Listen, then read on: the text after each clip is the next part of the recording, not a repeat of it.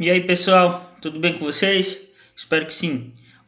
Essa daqui é a terceira parte dos vídeos sobre a natureza americana e a segunda parte sobre a análise dos climas da América, dos climas e da vegetação. Então vamos lá, vamos continuar. Nós já vimos o clima polar e a vegetação tundra, o clima temperado frio continental e a vegetação taiga, o clima temperado continental e o clima temperado oceânico e a vegetação floresta temperada caducifólia, o clima temperado continental e oceânico com a sua variação de vegetação pradarias, conhecidas como prairies no Canadá e pampas no sul do Brasil, o clima tropical litorâneo e o tropical continental, que vão formar a vegetação floresta tropical, o clima tropical continental, que vai formar o cerrado, e agora nós vamos para o número 5, que é o clima equatorial. O clima equatorial se desenvolve na área da linha do Equador, daí o nome, equatorial. E a vegetação diretamente associada a ele é a vegetação da floresta equatorial. Essa floresta equatorial ela vai ficar numa área muito quente e também muito úmida. Essas são as áreas do planeta em que mais chove. Portanto, temos aqui a possibilidade do surgimento de uma grande biodiversidade. Por quê? Boas condições de temperatura e muita chuva possibilita uma grande biodiversidade, uma grande variedade de existência de seres vivos. A nossa floresta equatorial se chama Floresta Amazônica ou Amazônia. Ela está distribuída aí nessa área do número 5. Boa parte dela fica no Brasil, mas ela também abrange alguns países da América do Sul. Na imagem da Amazônia, a gente consegue perceber a densidade dessa floresta e a sua intrínseca relação com os rios da região. Lembremos, é uma área que chove muito, portanto vai ter muitos rios e também vai ter uma grande quantidade de vegetação. Essa mata aí inundada em que a gente tem as árvores na parte da água se chama igarapé. O próximo item está relacionado ao clima árido e semiárido, representado pelo número 6 aí nos mapas. Percebam que isso acontece na América do Norte e na América do Sul.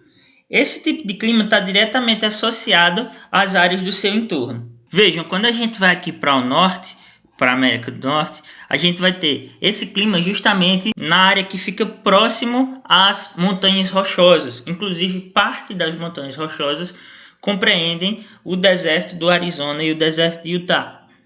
Esta imagem aí que a gente vê é o Monument Valley, um dos pontos turísticos mais famosos dos Estados Unidos.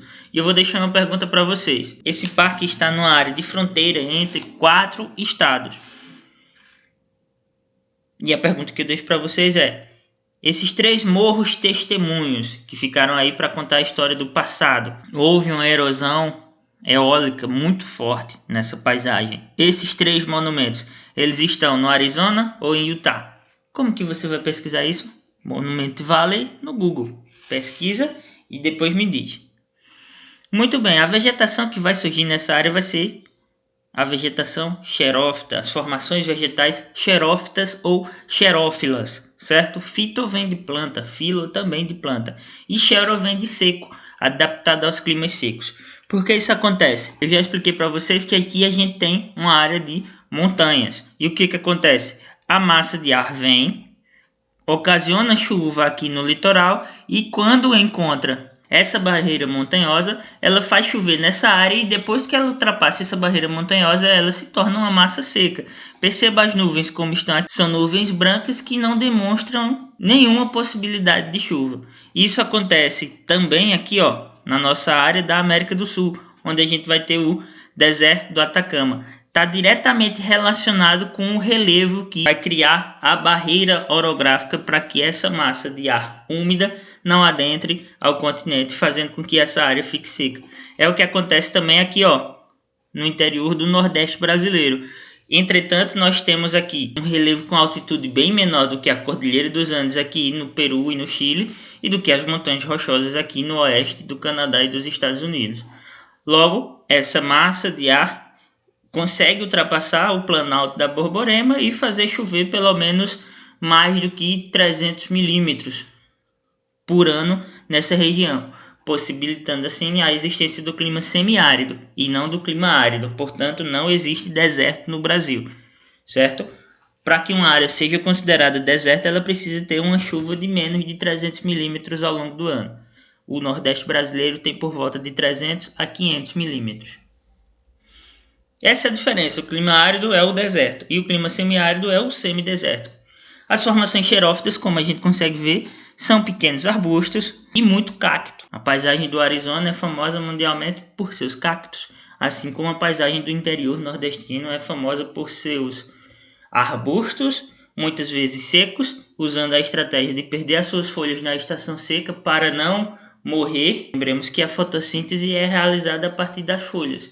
Então, quanto mais folhas, mais consumo de água essa planta irá ter. É por isso que algumas espécies vegetais perdem as folhas em determinado período do ano, para economizar energia, ou para não congelar, ou para não secar por conta das altas temperaturas.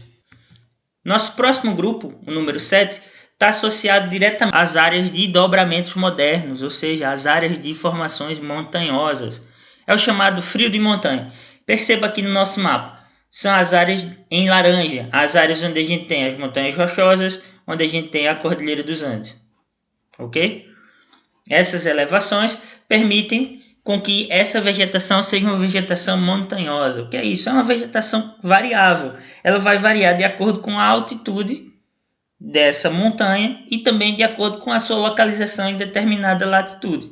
Eu já mostrei várias montanhas para vocês nessa aula.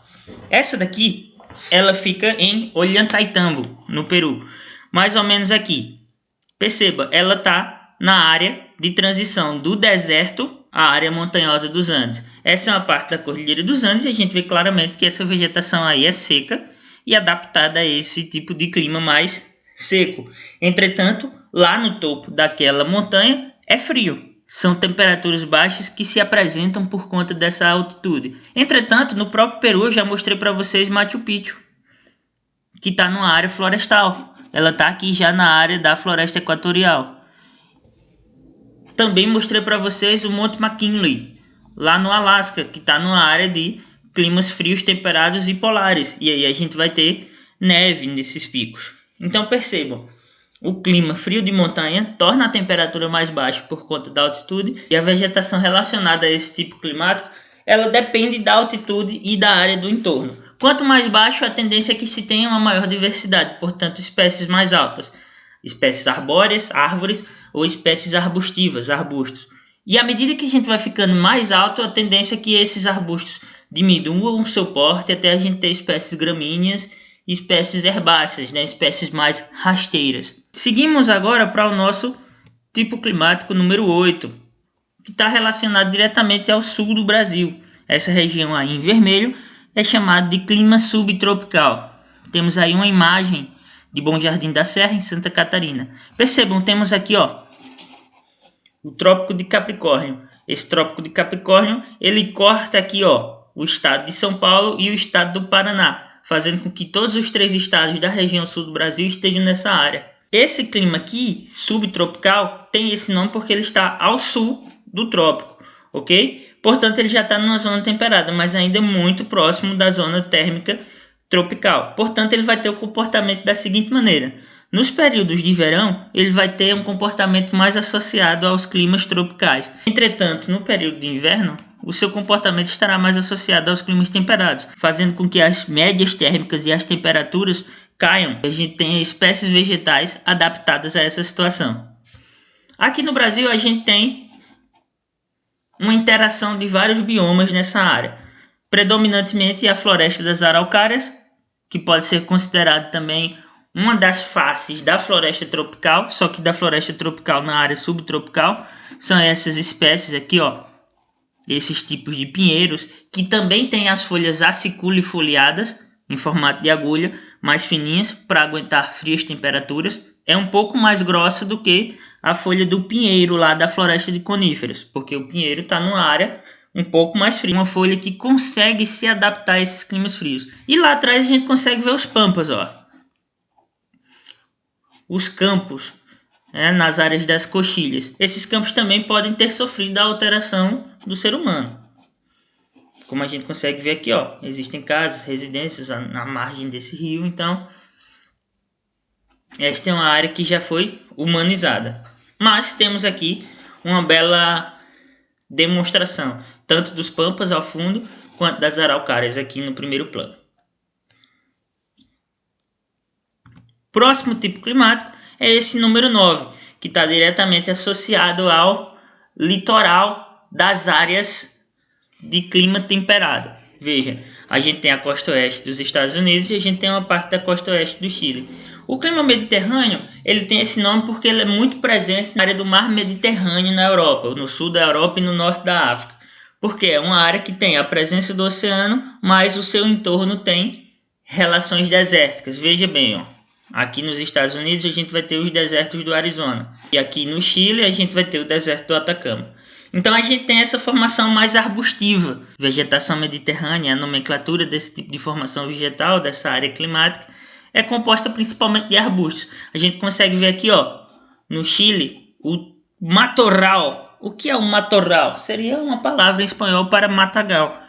Porque nem é árvore e é arbusto, né? Mini árvores, poderíamos dizer assim. Sabe uma espécie muito famosa desse tipo de ambiente, desse tipo de bioma? A oliveira, a planta que dá a azeitona. Ela é muito cultivada na Espanha e em Portugal, nessas áreas de clima mediterrâneo, para fazer o azeite de oliva. E lá atrás, ó, o Monte Aconcagua, já na área do clima de frio de montanha. Perceba aqui, ó, no 9 a gente tem o clima mediterrâneo e aqui no laranja a gente já tem o clima de frio de montanha. A Aconcagua, vocês já sabem, é o ponto mais alto da América. E agora eu deixo para vocês um mapa das formações vegetais. Você vai precisar assistir a parte 1 e essa parte 2 do clima. Portanto, a parte 2 e parte 3 da natureza da América, porque a parte 1 trata da subdivisão e dos relevos. Nós temos aí os tipos de vegetação da América que eu expliquei para vocês associando ao clima. O desafio é que você consiga preencher o nome de cada uma delas. No número 1 é o azul, é o que representa a área em branco. E todos os outros estão nas suas respectivas cores. Veja, o verde escuro, o verde claro, o marrom, o bege, o laranja e por aí vai. Cada número está de acordo com o nome de um clima. Você vai responder isso aí e me dizer o que é que você conseguiu encontrar. Como corrigir? Só voltar no vídeo, olhar um por um e aí você consegue verificar. Beleza? É isso, pessoal. Espero que vocês tenham gostado dessa aula, dessa análise de mapas da América.